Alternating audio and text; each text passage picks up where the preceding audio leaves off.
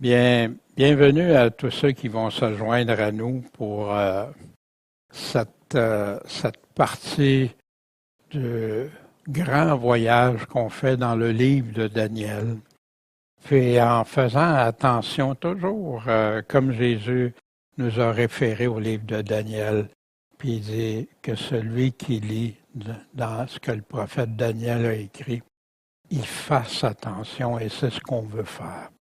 Fait que bienvenue à tous ceux sur YouTube ou toutes les autres sur le site pour Chris.com. Ça nous fait plaisir de voir qu'il y a beaucoup de téléchargements pour Chris.com. Ça nous bénit. Bien, ce matin, dans ce voyage, on est rendu au chapitre 11. Vous savez, des chapitres, ça n'existait pas. Quand Daniel a écrit ça, il n'était pas question de chapitre. Si je suis en régularité des chapitres, c'est pour simplifier ceux qui font des recherches et qui veulent aller étudier des livres spécifiques ou des passages spécifiques. Mais voici, ce matin, on va voir les versets 1 à 20 du chapitre 11, puis on va parler des rois du Nord et du Sud. Moi qui m'a longtemps été comme difficile à comprendre, à sortir qu'est-ce qu'il y en était. Mais béni soit le Seigneur, quand on demande, on cherche. Demandez, vous recevrez, cherchez, vous trouverez, puis frappez, on vous ouvrira. Puis c'est ce que je nous souhaite à chacun de nous. La semaine dernière, on avait vu l'homme vêtu de lin qui est venu parler à Daniel. On a vu le grand combat spirituel contre des entités, les combats, Michael, Michel et tout ça. On a vu ce qui se passe dans le domaine spirituel. Puis, qui lui a dit ce qui arrive, qui était pour lui dire ce qui arrivera sur ton peuple dans les derniers jours, qu'on va voir à partir de ce matin dans le chapitre 11, qu'on va diviser en sections, bien sûr, parce qu'il y a beaucoup à voir dans ces chapitres-là, puis jusqu'au chapitre 12. Puis, on avait conclu, sais-tu pourquoi je suis venu vers toi? Et maintenant, je m'en retourne pour combattre le chef de Perse. Et quand je serai parti, voici le chef de Javan, de Grèce, viendra. Mais je t'annoncerai ce qui est écrit où? Dans le livre de vérité. Quel est ce livre de vérité? Et il n'y a personne qui me soutienne contre cela, sinon Michael, votre chef. Puis ce matin, voici la suite qu'on va voir. Et tout d'abord, je vais demander, tout d'abord, je vais vous présenter ce qu'on va voir en gros ce matin. Et par la suite, je vais demander à Michel de nous lire les 20 premiers versets. Bien, comme je l'ai dit, il n'y avait aucune division dans le livre des écrits originaux. Puis dans ça, bien, nous, comme je vous ai expliqué pourquoi on s'en sert comme référence, trouver rapidement, pouvoir faire des lectures. Mais ici, on va voir très clairement qu'il y a le chapitre n'avait pas sa place de terminer là. Mais on va le voir ensemble.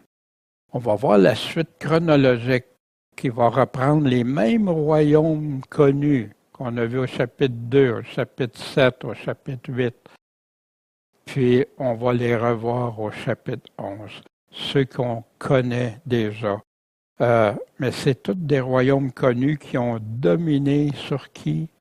Sur ton peuple, sur le peuple d'Israël, mais avec des informations supplémentaires, complémentaires. On va avoir plus de détails, de précision sur ce que l'ange avait déjà annoncé ou ce que Daniel avait compris par l'étude des livres. On va voir des royaumes, deux principaux royaumes décrits. La Perse, l'Iran d'aujourd'hui, puis leur roi. Puis la Grèce, puis leur roi. Certains passages sont très simples à comprendre puis à valider, mais d'autres sont un peu plus complexes à valider, puis on doit alors faire référence aux historiens puis les conclusions. Les historiens en majorité s'entendent, mais il y en a certains qui sont pas. Fait que moi, j'ai perdu beaucoup de temps souvent à essayer de trouver des choses puis tout ça. Puis après, je m'en suis tenu à ce que des historiens les plus fiables ont énoncé. Puis c'est avec ça que ce matin qu'on va regarder. Fait qu'on va regarder un énoncé de la parole, puis dans l'histoire, quand est-ce que ça s'est produit ou qu'est-ce que les historiens nous disent à propos de ça. Ça va pour ça?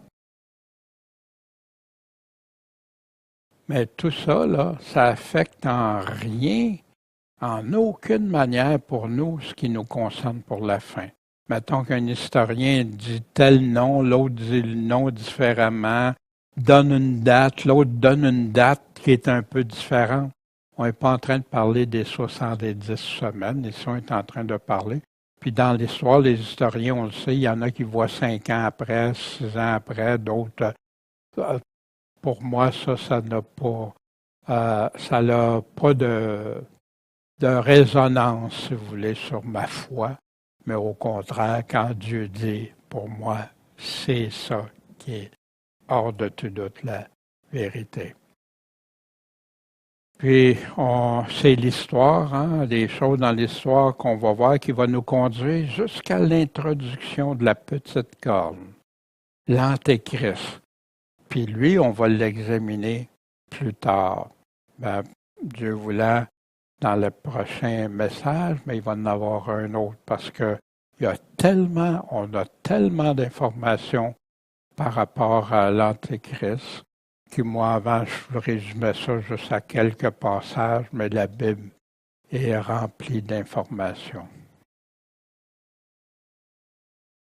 Bien, Seigneur Tout-Puissant, on aimerait te demander ton aide. Puisses-tu accorder qu'on puisse bien comprendre ce que tu veux qu'on comprenne, qu'on retienne de ces faits, Seigneur. Puis, tu nous dis de faire attention, puis c'est ce qu'on veut faire. Que ton Esprit Saint nous accompagne tous et chacun et tous ces frères et sœurs qui écoutent ce message, Seigneur. Donne-moi la sagesse dans mes propos, la façon de le présenter. Je demande ces choses en ton nom, Jésus, le Maître, le Sauveur. Amen. Bien, je vais demander à notre frère Michel de venir nous lire les premiers 20 versets de Daniel 11. Et moi, dans la première année de Darius le Mède, je me tenais auprès de lui pour l'aider et le fortifier. Maintenant, je t'annoncerai la vérité. Voici, il y aura encore 3 rois en Perse, puis le 4e possédera de plus grandes richesses que tous les autres. Et quand il sera devenu fort par ses richesses, il soulèvera tout contre le royaume de Javan. Mais il s'élèvera un roi vaillant qui dominera avec une grande puissance et fera ce qu'il voudra.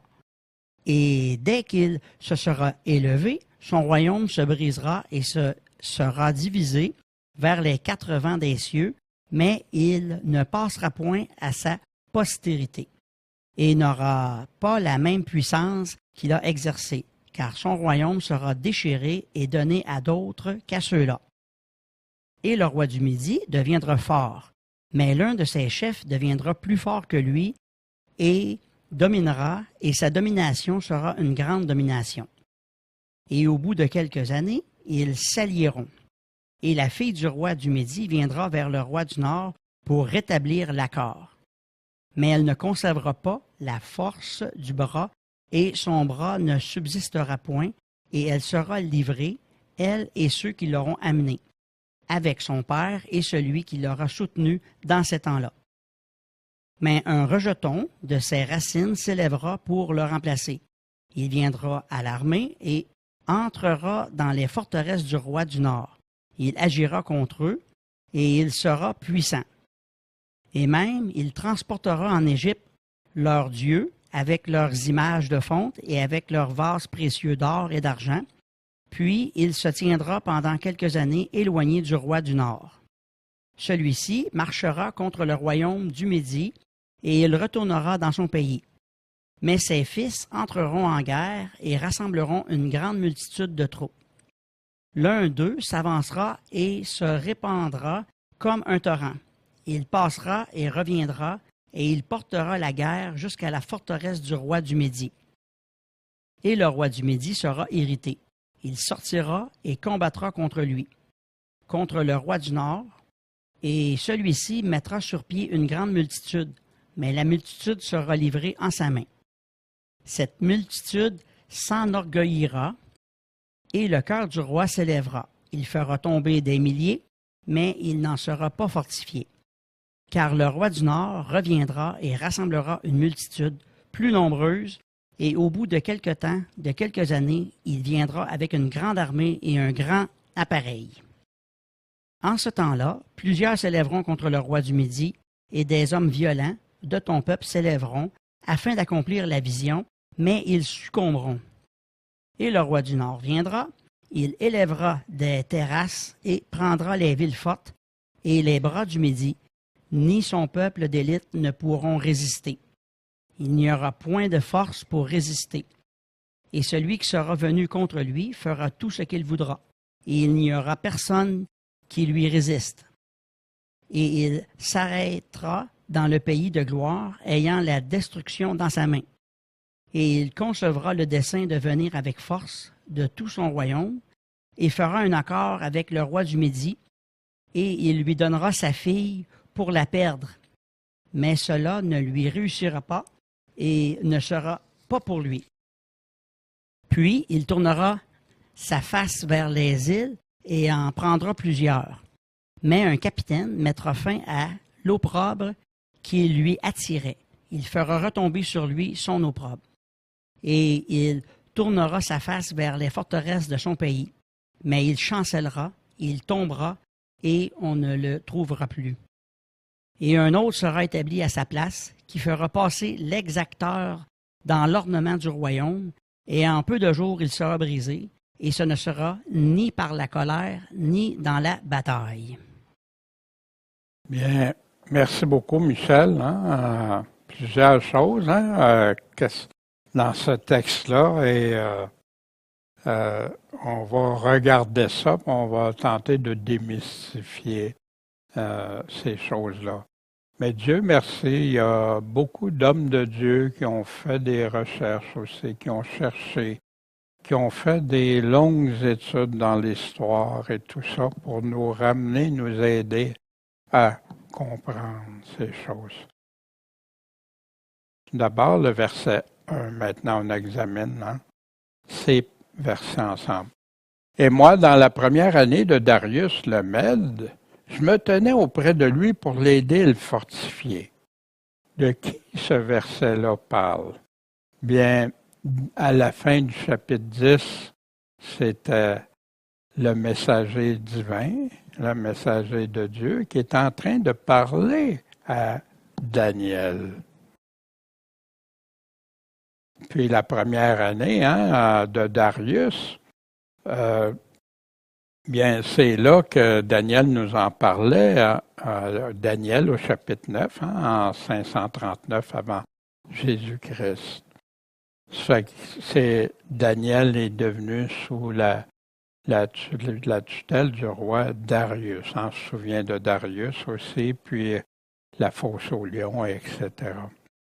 Puis après, dans la troisième année de Cyrus, le roi de Perse, qui a été une parole qui a été révélée. Ça fait qu'ici, c'est des temps, ça c'est arrivé 3 ans après. Ça fait que dans ces années-là, il y avait des grands combats. Fait que vous voyez, quand il dit qu'il a été combattre le roi de Perse, c'est pas Darius qui allait combattre, c'était quelqu'un qui était contre, comme on a vu la semaine dernière, des entités spirituelles, comme il y a pour plusieurs endroits, nations. Verset 2. Maintenant, je t'annoncerai quoi? La vérité. C'est quoi la vérité? Pourquoi qu'il y aurait besoin de dire la vérité, de mettre une emphase qui va dire la vérité? Parce que c'est vrai, c'est 100%. On n'aurait pas besoin, c'est comme quand Jésus dit, je vous dis en vérité, mais c'est pour confirmer que c'est, on n'a aucun doute possible. Voici, il y aura encore 3 rois en Perse. Puis, le 4e, lui, va posséder de plus grandes richesses que toutes les autres. Puis quand il sera devenu fort par ses richesses, il va soulever tout ce qu'il y a contre qui? Contre le royaume de Javan. Il va aller s'attaquer à la Grèce. On se souvient, hein, dans Daniel 10, 14, hein? Et maintenant, je viens pour te faire comprendre, entendre ce qui doit arriver à ton peuple dans les derniers jours, parce que la vision s'étend jusqu'à ces jours-là. Fait que c'est la suite, chapitre 10, 11, 12, c'est toute la même vision ici. Encore 3 rois en Perse, puis un 4e, ben après Darius, il y a eu le fils de Cyrus, Cambyse, hein?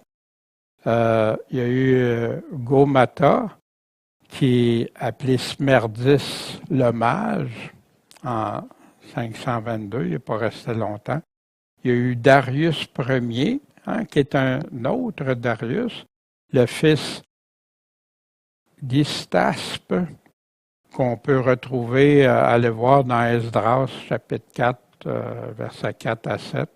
Puis le 4e, hein, qui est après Darius, c'est Xerxès, de 486 à 465. Selon Hérodote, l'armée de Xerxès, hein, ce qu'on apprend historiquement, consistait à 5 283 220 soldats. Pour cette époque, c'était une armée très nombreuse. Puis en plus, des Carthaginiens qui, eux, se sont joints, qui avaient 300 000 soldats, puis il y avait 200 navires, 200 bateaux de guerre. Fait que donc, quand il dit que le 4e plus riche, plus puissant, il va devenir fort, puis tout ça.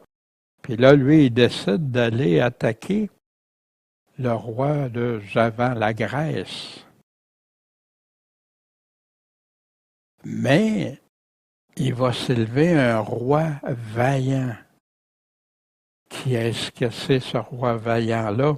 On va voir ça, ça ne sera pas long. Qui va dominer avec une grande puissance, puis il va faire ce qu'il voudra. Ce qu'il va décider de faire, ça va se faire. Mais dès qu'il sera élevé, hein, il va être rendu puissant, fort, son royaume va se briser, puis il va être divisé vers les 4 vents des cieux. Puis là, on a une information supplémentaire, mais il ne passera pas à sa postérité. Son royaume, là, c'est pas ses descendants qui vont l'avoir. Ça ne sera pas ses fils. Il n'y aura pas la même puissance.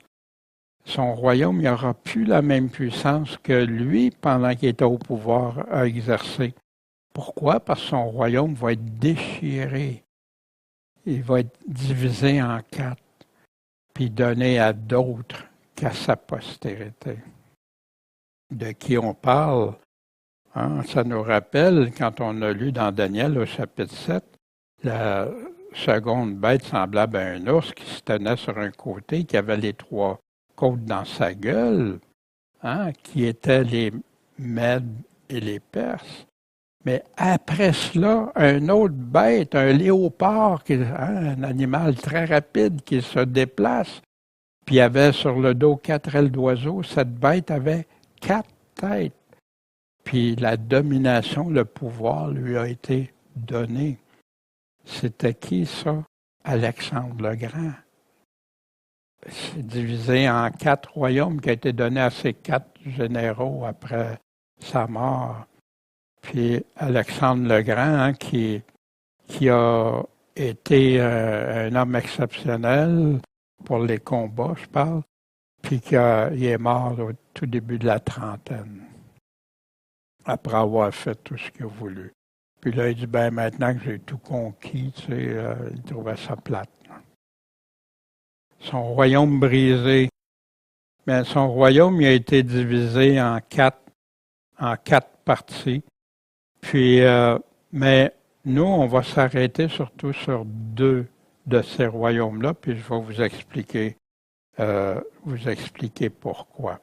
Ça fait qu'ici, bien, des couleurs hein, différentes puis il y a une partie du royaume qui a été perdue. La section Assurie, c'était plus sur la domination là, c'est pour ça qu'il disait qu'il n'y avait plus la même puissance.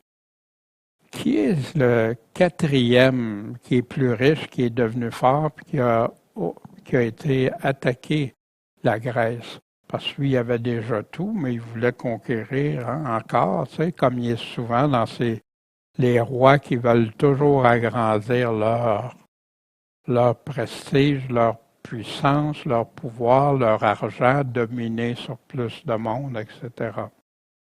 On n'a jamais vu ça, nous, dans notre époque, mais dans ce temps-là, c'était courant. Voici ce que Daniel nous disait au chapitre 8, quand il a vu le bélier, hein, qui avait 2 cornes, les cornes étaient hautes, hein, on a vu que c'était les Mèdes et les Perses. Puis, aucune bête pouvait subsister devant lui, puis il n'y avait personne qui délivrait de sa puissance. Puis il faisait tout ce qu'il voulait, puis il est devenu grand. Mais là, ça, il est en train de parler du 4e qui est en pouvoir. Mais là, il est arrivé un bouc qui venait de l'ouest, qui a parcouru toute la terre sans toucher le sol. Ce bouc avait une corne considérable entre ses yeux. Il vint jusqu'au bélier qui avait les 2 cornes que j'avais vues se tenant devant le fleuve. Il a couru contre lui dans la fureur de sa force, et je le vis atteindre le bélier, hein, ses Mèdes et Perses, et s'irritant contre lui, il le heurta, brisa ses 2 cornes. Et le bélier n'avait pas la force de lui résister. Il l'a jeté à terre, il l'a foulé aux pieds, puis il n'y a eu personne qui est venu délivrer le bélier de sa puissance. Puis ce bouc-là a grandi extrêmement, qui est Alexandre le Grand. Si vous vous souvenez, quand on a étudié le chapitre 8, on a représenté ça avec des images aussi. Dans Esther, chapitre 1, au temps d'Assuérus, c'était 7 Assuérus qui régnaient depuis l'Inde jusqu'à l'Éthiopie sur 127 provinces. La 3e année de son règne, il a fait un festin à tous ses princes et serviteurs, l'armée de Perse et de Médie, les grands seigneurs, les gouverneurs des provinces étaient devant lui. Puis qu'est-ce qu'il a fait? Il a montré toute la richesse de la gloire de son royaume parce qu'il était plus riche que les autres. Puis il était devenu plus fort, l'éclatante magnificence de sa grandeur pendant un grand nombre de jours, hein, 180 jours. Fait que quelqu'un de modeste, hein, qui voulait démontrer à tous sa richesse, sa puissance, puis il a pensé qu'étant rendu dans son statut, qu'il pouvait se permettre d'aller attaquer, conquérir. Mais Dieu avait prédit, hein, Daniel même était au courant, celui de Javan, qui était pour le roi de Javan, qui était pour ressortir vainqueur de ça. Et le roi du Midi deviendra fort, mais un de ses chefs va devenir plus fort que lui, puis va dominer, puis sa domination, celle-là va être une grande domination. Fait qu'ici, il est en train de nous parler de 2 rois distincts. c'est des rois du sud. Hein? Midi, le midi, ça veut dire du sud. Le premier roi du sud, hein, l'empire de Ptolémée, il y a eu plusieurs successions. Ici, on va parler de Ptolémée I, Soter. Puis le deuxième, Séleucus ou Séleucus. En passant, des fois, je vais utiliser des termes qui peuvent être anglophones. Des noms, mes études sont presque toutes anglophones, fait que ça se peut des fois, mais c'est souvent très facile, tu as juste une lettre ou deux. Séleucus Nicator, hein, qui était le deuxième, qui lui est un de ses chefs qui est devenu plus fort, puis qui est devenu un grand dominateur. Mais au bout de quelques années, ils vont s'allier. Puis la fille du roi du Midi va venir vers le roi du Nord pour rétablir l'accord. Qu'est-ce qui se passe ici? Ben, le Nord puis le Sud sont en guerre. Les deux royaumes qu'on va regarder plus attentivement, ce que le texte nous dit. Puis on va voir pourquoi juste 2 sur 4 on examine. Fait que là, le texte nous dit, au bout de quelques années, ils vont s'allier, hein, ils vont faire comme la paix. Et la fille du roi du Sud, du Midi, viendra vers le roi du Nord pour rétablir l'accord. Mais elle ne conservera pas la force du bras, et son bras ne subsistera pas. Hein, quand on parle d'un bras droit. Et elle sera livrée, elle et ceux qui l'auront amenée, avec son père et celui-ci qui l'aura soutenu dans ces temps-là. Fait que là, pour comprendre ça, ça nous prend absolument une référence à l'histoire.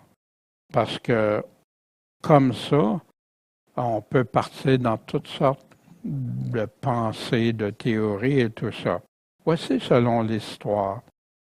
Après plusieurs guerres entre Ptolémée, Philadelphus, roi d'Égypte, et Antiochus Théos, roi de Syrie. Hein? Fait que le roi du sud, du Midi, c'est celui qui est devenu celui qui régnait sur le sud, la partie sud de l'ancien royaume d'Alexandre le Grand. Puis Ptolémée, puis Antiochus Théos, lui, c'était au nord, le roi de Syrie. Fait qu'ils ont agréé de faire la paix, à condition que ce dernier délaisse sa femme Laodice et ses fils pour marier Bérénice, la fille de Ptolémée. Mais il est arrivé toutes sortes de drames dans ça, que le but le matin, c'est pas de voir ça. Vous pouvez trouver ça dans l'histoire assez facilement. Mais voici l'entente qu'il voulait faire.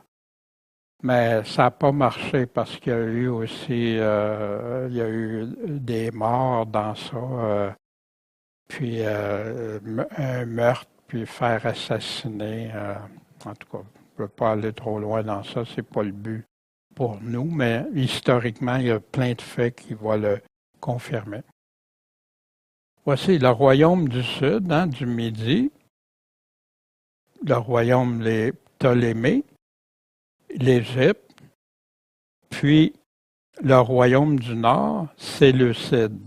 Fait que ça, c'est ces deux royaumes-là. Mais qu'est-ce qui se passe? Pourquoi ces deux royaumes-là vont être examinés? Voyez-vous, entre les deux ici, là, il y a Jérusalem, Israël est là. Puis à chaque fois qu'il y a une guerre entre, là, Israël est le tampon. Pourquoi ces deux royaumes? Pourquoi seulement ces deux-là qui sont sortis de l'Empire grec? Parce que ces deux royaumes-là ont eu un impact sur le peuple de Daniel, comme le messager avait dit, sur ton peuple. Voici ce qui va arriver à ton peuple. Fait qu'il n'y a pas besoin de parler des autres pays, des autres nations, des autres royaumes. Il y en a qui cherchent partout les royaumes des États-Unis, les royaumes de ci, de ça. Non, il parle juste de ceux qui vont avoir eu un impact majeur sur le peuple d'Israël. Puis, ces deux royaumes-là, du nord et du sud, ben, Israël le servait de tampon à chaque fois qu'il y avait une guerre entre les deux. Il devait passer par Israël. Séleucide, le royaume du Nord, ben, a contrôlé la Palestine. Après ça, Antiochus III, le roi de Syrie, il a commencé à contrôler une partie en 221 avant Jésus-Christ. Après ça, il a perdu ça en 217. Je donne ça à titre d'information là, pour voir comment ça brassait. Antiochus III revient en 201, puis en 198, il remporte. Les Juifs, il y a des Juifs qui l'ont aidé. Ils sont morts, ces Juifs-là. Là. Ils ont donné leur vie.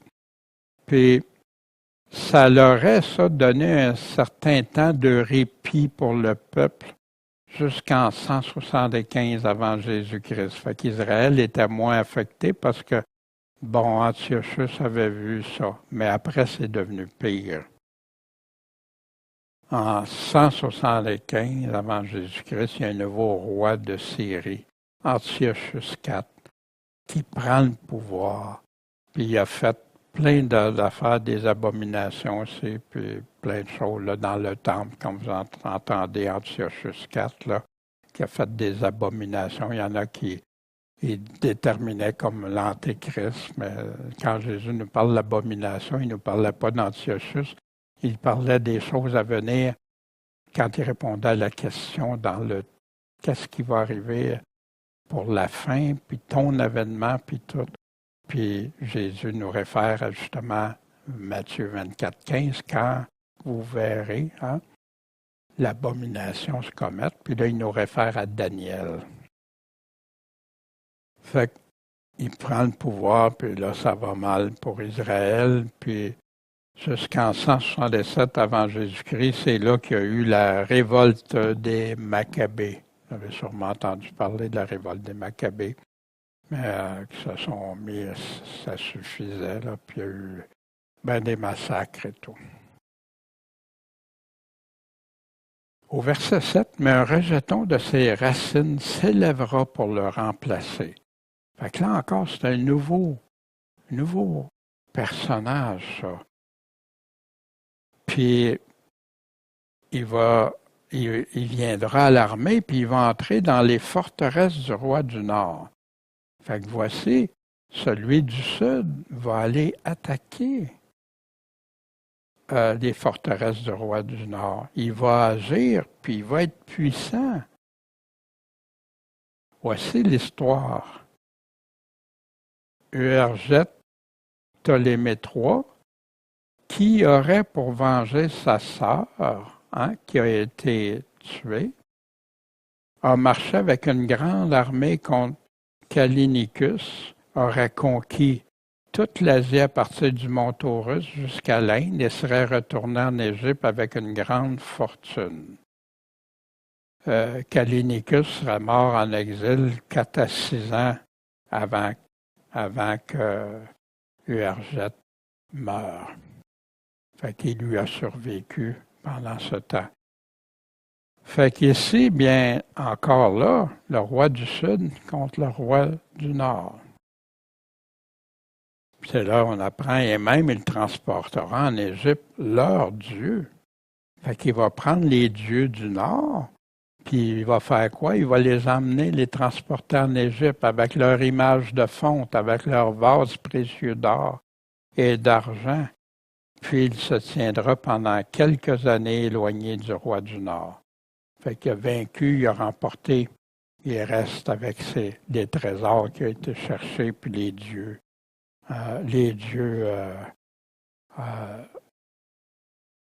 Les faux dieux, bien sûr, là, du roi du Nord. Mais le roi du Nord, lui, vous voyez, quand il finit avec quelqu'un, la suite continue, c'est toujours avec le dernier qui a été cité. Fait que celui-ci, le roi du Nord, marchera contre le royaume du Sud, puis il retournera dans son pays. Mais ses fils vont entrer en guerre puis vont rassembler une grande multitude de troupes. Un d'eux va s'avancer puis se répandra comme un torrent. Il faut vous voyez ça dans la Bible, c'est comme une inondation. Une inondation, une armée qui vient conquérir et tout. Il passera, il reviendra, puis il portera la guerre jusqu'à la forteresse du roi du Sud, du Midi.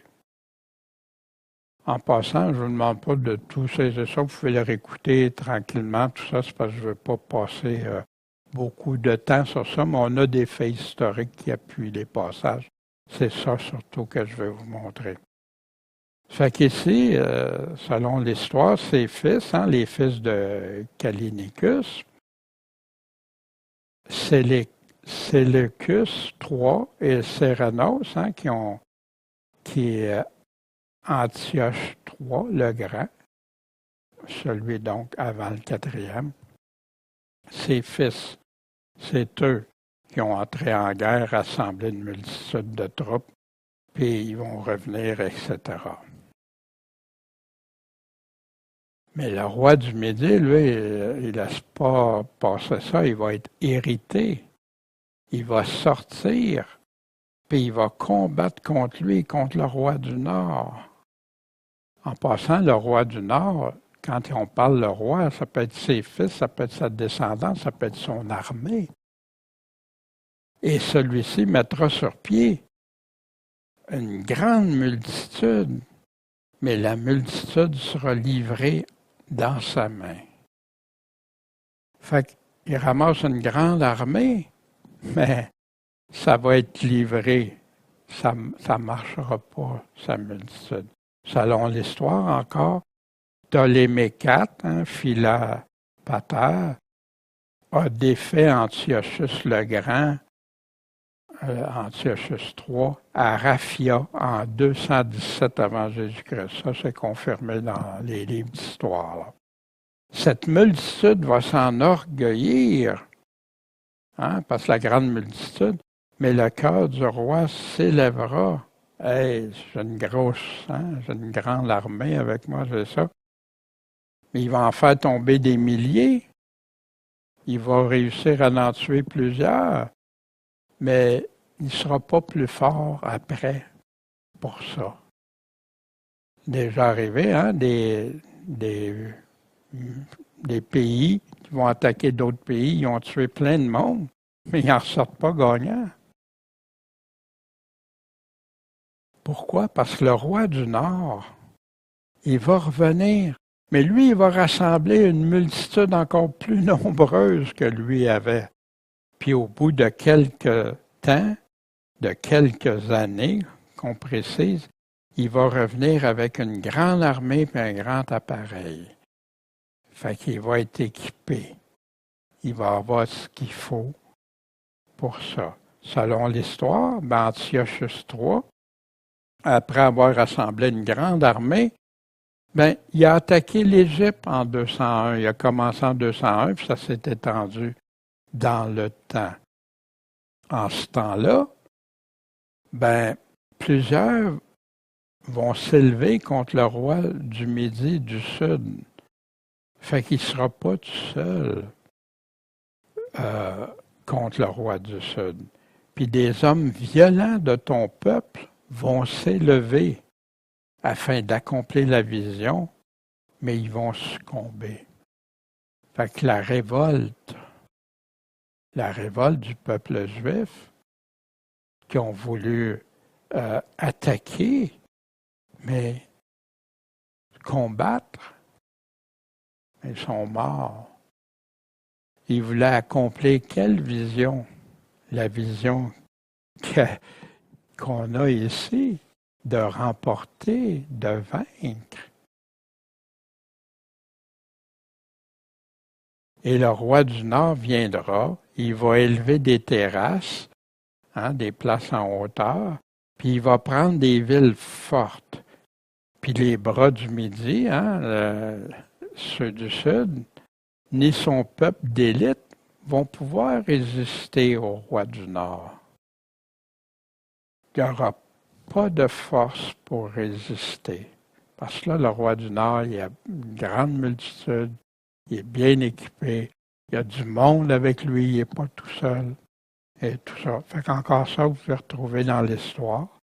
Ptolémée Philopater, qui a été succédé par Ptolémée Épiphane, ça c'est le roi du Sud. Alors, au moment que Antiochus a mis une armée beaucoup plus grande qu'auparavant, puis il a défait les meilleures troupes sous Scopas, puis a repris possession de la Caléosyrie et la Palestine avec toutes ces villes qui étaient fortifiées en 198 avant Jésus-Christ. Fait qu'encore là, des faits historiques qui vont avec ce qu'on lit ici. Je suis conscient que c'est un exercice ardu, là. C'est pas simple, mais je le laisse là, puis ceux qui voudront le revisiter, le vérifier et tout ça. Moi, il y a une chose qui va toujours primer, c'est toujours la parole de Dieu. Mais je sais qu'ici, on a plein de faits qui viennent nous aider à confirmer des choses. Puis que s'il y a des variantes, certaines choses pour les années, les noms, je ne m'attarde pas à ça parce qu'il y en a même des spécialistes qui ne s'entendent pas. Fait que pour moi, c'est pas ça l'essentiel, c'est ce que Dieu a dit. Et celui qui sera venu contre lui fera tout ce qu'il voudra. Puis il n'y aura personne qui lui résiste. Puis il va s'arrêter dans le pays de gloire, ayant la destruction dans sa main. Ça fait qu'ici, Antiochus IV, celui qui est le roi du Nord qui est venu, il a attaqué le sud. Puis ici, mais quand il continue au verset 16, et celui qui sera venu contre lui, contre qui? Contre le sud, contre le roi du sud. Encore, c'est important ça, parce que ça revient souvent dans le livre de Daniel. Puis là, on ne sait plus de qui il est en train de parler. Regarde juste avant de qui il parle, regarde le contexte, puis tout ça, puis ça va éclairer. Mais là, quand Antiochus IV a vaincu, il a décidé de passer par Israël. Ça fait qu'ici, là, qu'est-ce qui se passe? Antiochus IV prend le contrôle, puis là, il est vraiment un despote là, envers le peuple d'Israël. Et oui, ces deux royaumes-là sur ton peuple, qu'est-ce qui arrivait sur le peuple? Ces deux royaumes-là ont fait des ravages, des dégâts contre Israël.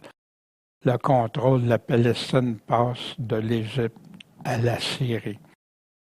Puis ça a joué comme ça. Et il va concevoir le dessein, le plan de venir avec la force de tout son royaume. Puis, c'est impressionnant, toute la force de son royaume. Puis, il va faire un accord avec le roi du Sud. Puis, pourquoi il fait ça? On va voir. Il lui donnera sa fille pour la perdre. Qu'est-ce que ça veut dire? Mais cela ne réussira pas, ça ne marchera pas, puis ça sera pas bon pour lui. Qu'est-ce qui s'est passé? Selon l'histoire, Antiochus III a tenté de soumettre l'Égypte en donnant sa fille Cléopâtre en mariage, pensant ainsi prendre le contrôle. Mais ça n'a pas marché. Au contraire, sa fille s'est rangée sur le côté de son mari. Ça fait que donc, ça n'a pas marché. Il a fait un accord pour lui tendre un piège, mais ça n'a pas fonctionné comme il pensait. Puis, il va tourner sa face vers les îles. Hein?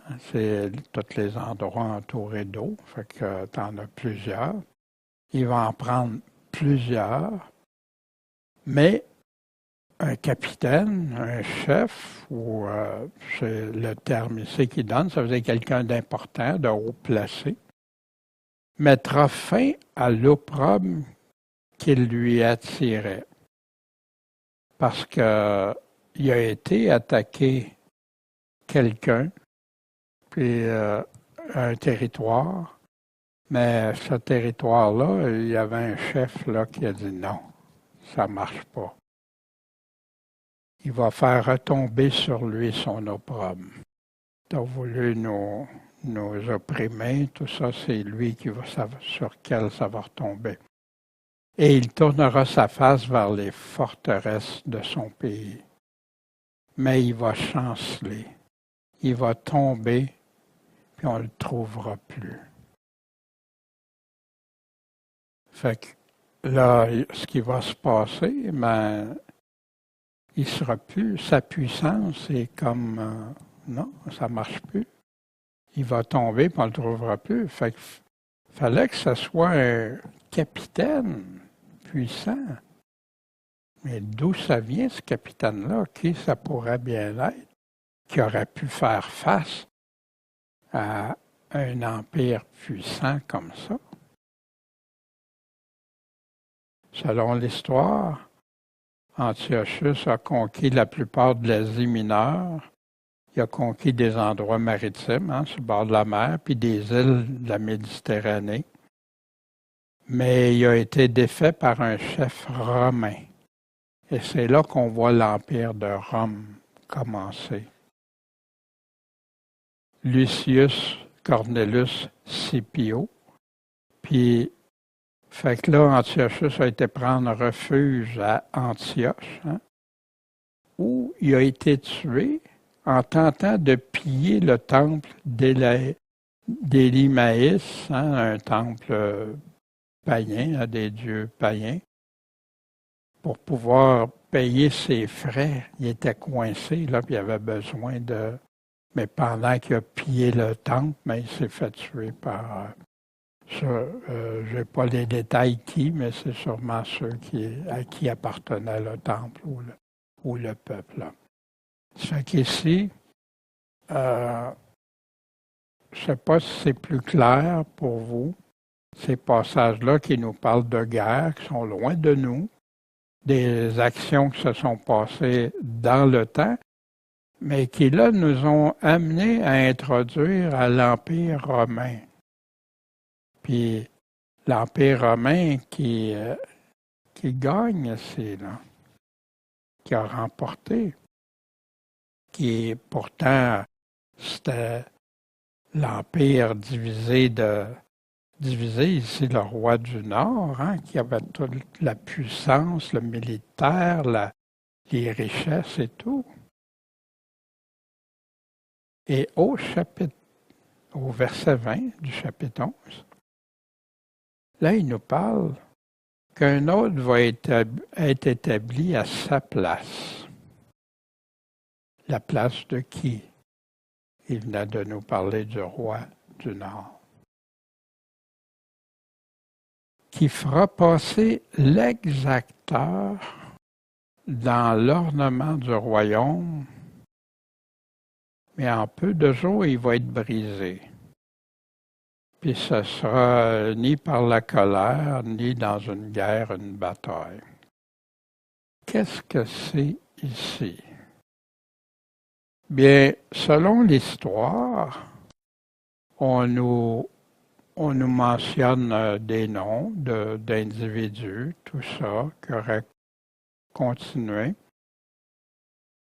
Pour certains, c'est quelqu'un juste avant Antiochus IV, parce qu'il croit que le verset 21 va parler de lui et tout ça. Dans d'autres, il y a d'autres noms. Ici, un autre va être établi à la place du roi du Nord. Séleucus Philopater qui était roi de Syrie, roi du Nord. Fait que celui qui va être établi à sa place, on n'a pas d'espace-temps, mais on sait qu'il va faire quelque chose. Il va faire passer l'exacteur ou dans l'ornement du royaume. On va s'arrêter un peu à essayer de réfléchir. C'est quoi ça? Exacteur, ça veut dire un oppresseur qui opprime, qui exige, qui traite durement, qui domine, qui est, ça peut vouloir être maltraité, un maître tyrannique, un exacteur. C'est utilisé 23 fois dans l'Ancien Testament. Fait que c'est lui qui va faire passer, l'autre qui va être établi, il va faire passer l'exacteur à sa place. La gloire, l'ornement du royaume, c'est quoi? L'ornement du royaume d'Israël, parce qu'on parle toujours en fonction d'Israël ici, c'est quoi? Le temple. La gloire de l'Éternel est souvent citée à Jérusalem, le temple de Dieu. En tout cas, c'est ce que je comprends du texte. Fait qu'ici, c'est une introduction, ça, parce qu'après, au verset 21, là, on va pouvoir examiner vraiment la petite corne, l'Antéchrist. Puis pourquoi je peux affirmer ça? Parce qu'à partir du verset 21, aller jusqu'à chapitre 12, de qui on parle? Du même individu, du même personnage qui va être là puis qui va être détruit par Jésus-Christ, qui va opprimer les saints, qui va faire en plein de choses que la Bible nous dit.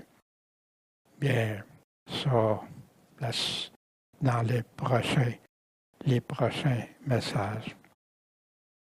Les royaumes dominants sur ton peuple, Israël, on a vu le royaume de Perse, puis après le royaume de Javan, tel que prédit dans le chapitre 2, au verset 39. Après toi, Nebuchadnezzar, ben, il va y avoir un autre royaume moins fort que toi, mais qui va être là, les Mèdes, les Perses. Puis il va en avoir un troisième qui va dominer sur toute la terre. Il parlait de l'Empire grec. Au chapitre 7, au verset 5, l'ours, les trois côtes qui mangent beaucoup de chair, Mèdes et les Perses. La Grèce, le léopard, 4 ailes, 4 têtes, la domination y est donnée. Le chapitre 8, au verset 20, le bélier qui a 2 cornes, les rois des Mèdes et des Perses. Mais après ça, le bouc, Javan, arrive, va aller démolir justement ce qui est arrivé à ce 4e roi de Perse, puis qui va être remplacé par 4, son royaume divisé, remplacé par 4 sections, 4 rois différents. Et nous, on en examine 2 parce que le texte nous en donne 2, qui a eu contrôle sur Israël. Et chapitre 11, le 4e roi, plus riche, plus fort, royaume de Perse. Puis au verset 3, le roi dominant, une grande puissance, puis son royaume va être divisé en 4. Alexandre le Grand, toujours. Voyez-vous, le livre de Daniel, chapitre 2, il revient au chapitre 7 avec des images différentes. Chapitre 8 avec d'autres images différentes, mais toujours les mêmes, pour les mêmes nations. Puis il arrive au chapitre 11, puis il continue avec ça. Mais ce n'est pas terminé, là, on va arriver avec le 4e royaume terrible et tout ça. Parce qu'on va arriver avec le royaume romain au chapitre 2, fort, qui va tout briser en pièces. Au chapitre 7, 23, 4e royaume différent, il dévore toute la terre. Au chapitre 8, On avait vu qu'il y avait mis l'emphase surtout sur les bêtes. Là. Au chapitre 11, bien ici, j'ai omis de le mettre, mais on peut le mettre.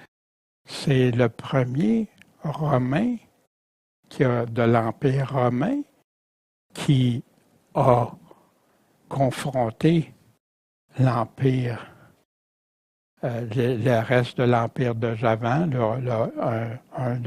des restes, le roi du Nord, qui était si puissant.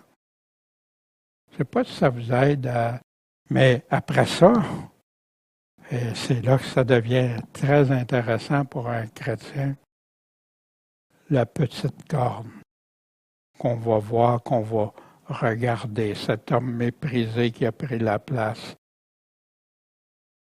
C'est ce qu'on va examiner bientôt, qui concerne la vision que Daniel a reçue, puis qui a été expliquée par le messager ange ou messager divin. Vous vous souvenez, il y en a qui pensaient Jésus-Christ, il y en a d'autres qui pensaient l'ange, un ange, mais ange veut dire messager.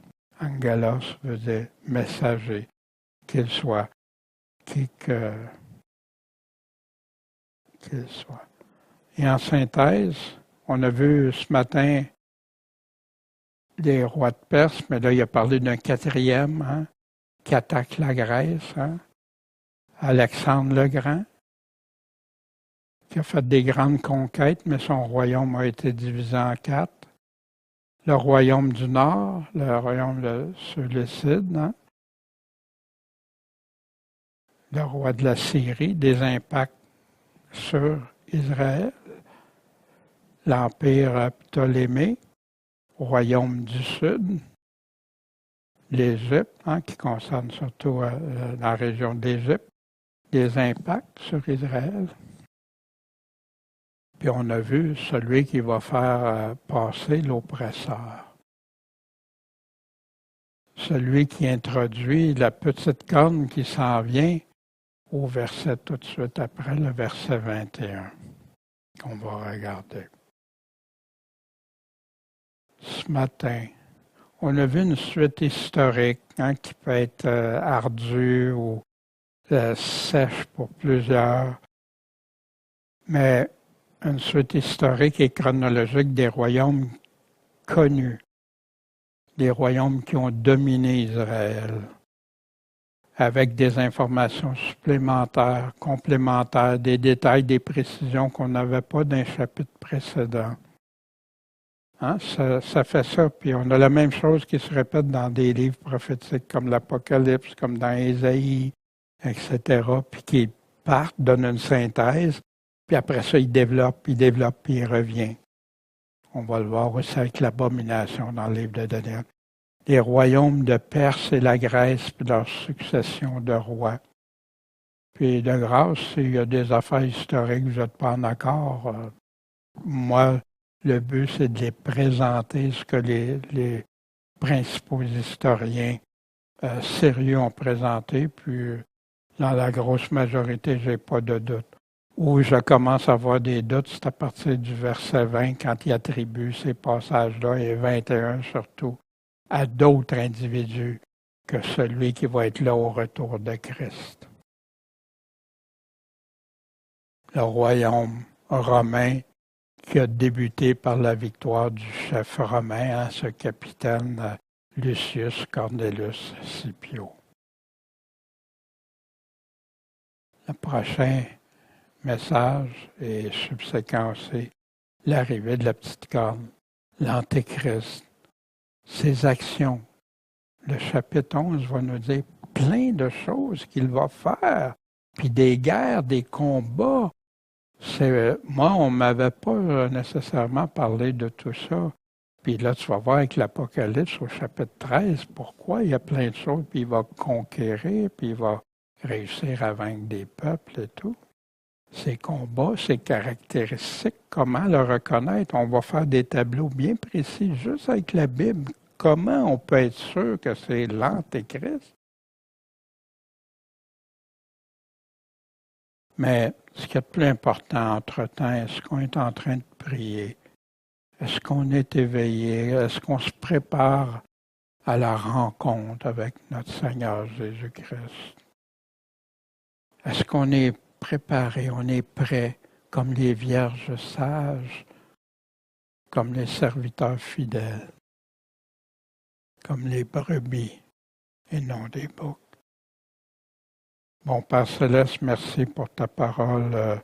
Puisses-tu, Seigneur, bénir tous ceux qui écoutent, que ça puisse les aider à confirmer des choses ou enlever des doutes.